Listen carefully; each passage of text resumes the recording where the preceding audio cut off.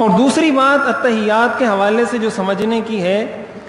وہ یہ کہ اس کے اندر جب ہم ایھا النبی پڑھتے ہیں کہ سلام ہو آپ پر اے نبی، تو یہاں ایک مسئلہ یہ سمجھنا چاہیے،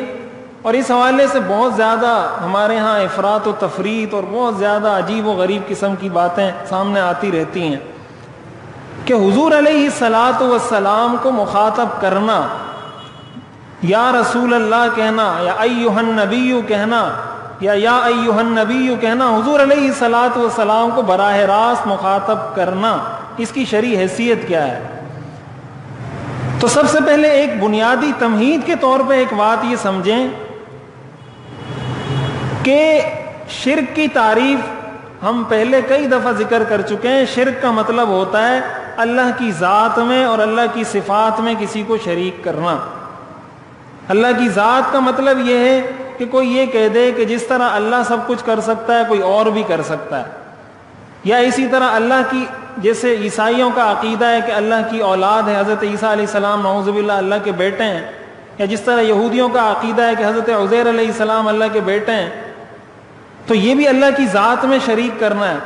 اللہ کی صفات میں شریک کرنے کا مطلب یہ ہے کہ اللہ خالق ہے، اللہ رازق ہے، اللہ مالک ہے۔ اب اگر کوئی یہ کہتا ہے کہ اللہ کے علاوہ کوئی اور رازق ہے، اللہ کے علاوہ کوئی اور داتا ہے، اللہ کے علاوہ کوئی اور دینے والا ہے، اللہ کے علاوہ کوئی اور اولاد دینے والا ہے، اللہ کے علاوہ کوئی اور رزق دینے والا ہے، اس کو کہا جاتا ہے صفات میں شریک کرنا۔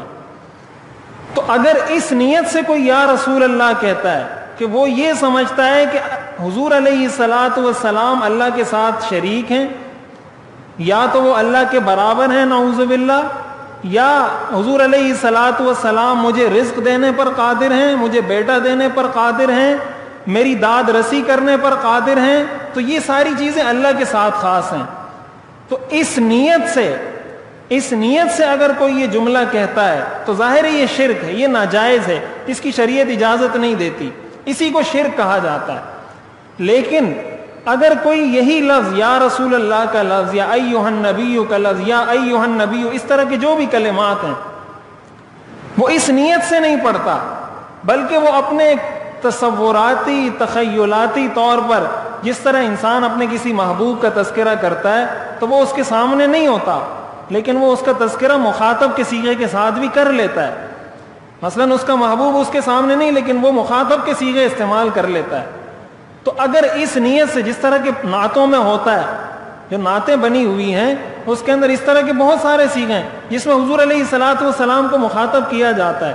مثلا اے رسول امی خاتم المرسلین، تجھ سا کوئی نہیں، تجھ سا کوئی نہیں۔ اب یہ جو ہم کہہ رہے ہیں تجھ سا کوئی نہیں، یا یہ جو ہم کہہ رہے ہیں اے رسول امی، تو اے رسول اور یا رسول اللہ کا ایک ہی مطلب ہے، کوئی الگ چیز تو نہیں ہے۔ اے رسول امی اور یا رسول اللہ یہ ایک ہی چیز ہے۔ تو یہ جو کہا جاتا ہے، یہ جو نعتوں میں پڑھا جاتا ہے، اس کو اچھی طرح سمجھنا چاہیے، یہ شرک نہیں ہے، یہ شرک بھی نہیں ہے، یہ ناجائز بھی نہیں ہے، اس لیے کہ یہ اس تصور کے ساتھ انسان اس لیے نہیں کہہ رہا کہ وہ حضور علیہ الصلاۃ والسلام کو اللہ کا شریک سمجھتا ہے، یا حضور علیہ الصلاۃ والسلام کو مختار کل سمجھتا ہے، یا مشکل کشا سمجھتا ہے، یا حاجت روا سمجھتا ہے، اس لیے نہیں پڑھ رہا، بلکہ اپنی ایک محبت کا اظہار کر رہا ہے۔ اور وہ محبت کا اظہار جب کوئی رسول کے علاوہ کسی اور کے ساتھ کرتا ہے تو وہاں پر بھی انسان مخاطب کا صیغہ استعمال کرتا ہے۔ تو حضور علیہ الصلاۃ والسلام کے ساتھ جب کوئی محبت کا اظہار کرتا ہے تو اگر اس موقع پر بھی کوئی محبت کا اظہار کرنے کے لیے اس طرح کا جملہ پڑھتا ہے تو وہ بھی شرک نہیں ہوگا۔ اس بات کو اچھے طریقے سے سمجھنا چاہیے۔ اور اسی کے ساتھ ایک بات یہ کہ ہم یہاں پر ایھا النبی پڑھتے ہیں، حدیث شریف کے اندر آتا ہے، بخاری اور مسلم کی روایت ہے کہ جب حضور علیہ الصلاۃ والسلام کا انتقال ہو گیا تو حضرت عبداللہ ابن مسعود رضی اللہ تعالیٰ عنہ نے فرمایا کہ پہلے ہم السلام علیک ایھا النبی پڑھا کرتے تھے،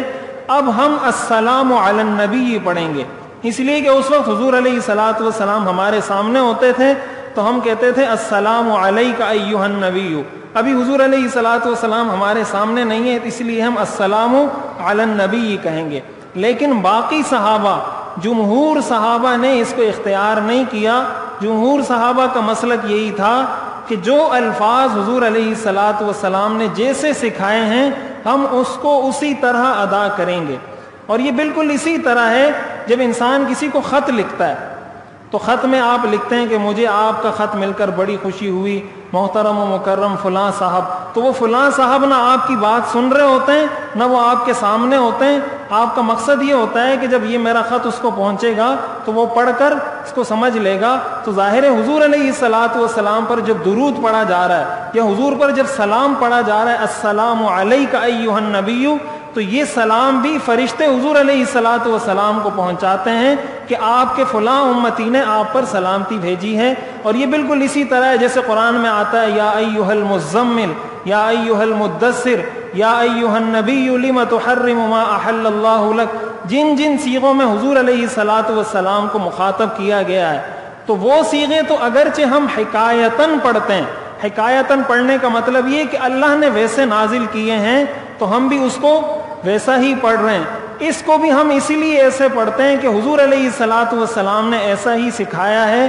تو ہم اس کو ایسا ہی پڑھیں گے. اگرچہ بعض صحابہ نے حضور علیہ الصلوۃ والسلام کے بعد اس کے خلاف پڑھا تھا، لیکن جمہور صحابہ نے اس کو اختیار نہیں کیا، نہیں جمہور امت نے اس کو اختیار کیا. تمام ائمہ کا اس پر اتفاق ہے، جمہور صحابہ کا اس پر اتفاق ہے کہ السلام علیک ایھا النبی ہی پڑھا جائے گا، اس لیے کہ جو الفاظ حضور علیہ الصلوۃ والسلام کی زبان سے نکلتے ہیں وہ وحی ہوتے ہیں. جس طرح قرآن وحی ہے اسی طرح حدیث بھی وحی ہے. فرق یہ ہے کہ قرآن میں الفاظ بھی اللہ کی طرف سے ہیں اور حدیث میں الفاظ حضور علیہ الصلوۃ والسلام کے ہیں، مفہوم وہاں بھی وحی ہوتا ہے. تو یہ حدیث کی دو قسمیں ہیں، ایک وحی کو کہا جاتا ہے وہ وحی جس کی تلاوت کی جاتی ہے، وحی متلو. ایک وحی وہ ہوتی ہے جس کی تلاوت نہیں کی جاتی، وحی غیر متلو یعنی حدیث.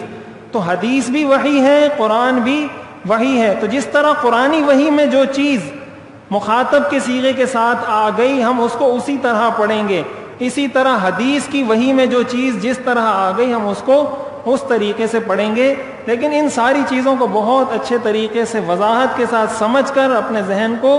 سمجھا کر کہ کون سی چیز کی کیا حد بندی ہے، کیا چیز ناجائز ہے، کیا چیز جائز ہے، کیا چیز حرام ہے. ساری چیزوں کو حرام کر دینا، ساری چیزوں کو جائز کر دینا، ساری چیزوں کو ثواب قرار دے دینا یہ شریعت کا مزاج نہیں ہے. جو چیز ناجائز ہے وہ ناجائز ہے، کوئی اس کو مانے کوئی اس کو نہ مانے، وہ ناجائز ہے، حرام ہے. جو چیز جائز ہے وہ جائز ہے جب جواز کی حدود کے اندر اندر رہتے ہوئے اگر اس کو اختیار کیا جائے. تو یہ ساری تفصیل میں نے اس لیے عرض کی